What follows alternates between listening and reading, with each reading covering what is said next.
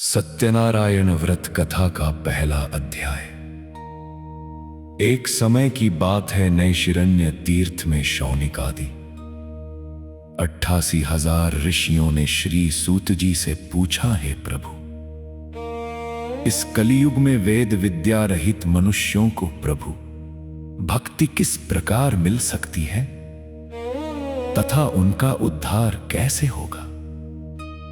हे मुनि श्रेष्ठ, कोई ऐसा तप बताइए जिससे थोड़े समय में ही पुण्य मिले और मनवांछित फल भी मिल जाए। इस प्रकार की कथा सुनने की हम इच्छा रखते हैं। सर्वशास्त्रों के ज्ञाता सूत जी बोले, हे वैष्णवों में पूज्य, आप सभी ने प्राणियों के हित की बात पूछी है, इसलिए मैं एक ऐसे श्रेष्ठ व्रत को आप लोगों को बताऊंगा जिसे नारद जी ने लक्ष्मी नारायण जी से पूछा था और लक्ष्मीपति ने मुनिश्रेष्ठ नारद जी से कहा था। आप सब इसे ध्यान से सुनिए। एक समय की बात है, योगीराज नारद जी दूसरों के हित की इच्छा लिए अनेकों लोकों में घूमते हुए मृत्युलोक में आ पहुंचे। यहां उन्होंने अनेक योनियों में जन्मे प्राय सभी मनुष्यों को अपने कर्मों द्वारा अनेकों दुखों से पीड़ित देखा। उनका दुख देख नारद जी सोचने लगे कि कैसा यत्न किया जाए जिसके करने से निश्चित रूप से मानव के दुखों का अंत हो जाए। इसी विचार पर मनन करते हुए वह विष्णुलोक में गए।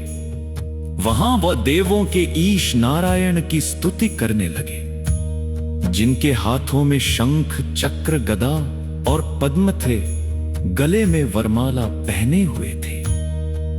स्तुति करते हुए नारद जी बोले, हे भगवान, आप अत्यंत शक्ति से संपन्न हैं, मन तथा वाणी भी आपको नहीं पा सकती है। आपका आदि मध्य तथा अंत नहीं है। निर्गुण स्वरूप सृष्टि के कारण भक्तों के दुख को दूर करने वाले हैं। आपको मेरा नमस्कार है। नारद जी की स्तुति सुन विष्णु भगवान बोले, हे मुनिश्रेष्ठ, आपके मन में क्या बात है? आप किस काम के लिए पधारे हैं उसे नहीं संकोच कहो। इस पर नारद मुनि बोले कि मृत्युलोक में अनेक योनियों में जन्मे मनुष्य अपने कर्मों के द्वारा अनेकों दुख से दुखी हो रहे हैं। हे नाथ, आप मुझ पर दया रखते हैं तो बताइए कि वो मनुष्य थोड़े प्रयास से ही अपने दुखों से कैसे छुटकारा पा सकते हैं। श्री हरि बोले, हे नारद, मनुष्यों की भलाई के लिए तुमने बहुत अच्छी बात पूछी है। जिसके करने से मनुष्य मोह से छूट जाता है, वह बात मैं कहता हूं, उसे सुनो। स्वर्गलोक व मृत्युलोक दोनों में एक दुर्लभ उत्तम व्रत है जो पुण्य देने वाला है। आज प्रेमवश होकर मैं उसे तुमसे कहता हूं। श्री सत्यनारायण भगवान का ये व्रत अच्छी तरह विधान पूर्वक करके मनुष्य तुरंत ही यहां सुख भोग कर मरने पर मोक्ष पाता है। श्री हरि के वचन सुन नारद जी बोले कि उस व्रत का फल क्या है और उसका विधान क्या है? यह व्रत किसने किया था? इस व्रत को किस दिन करना चाहिए? सभी कुछ विस्तार से बताएं।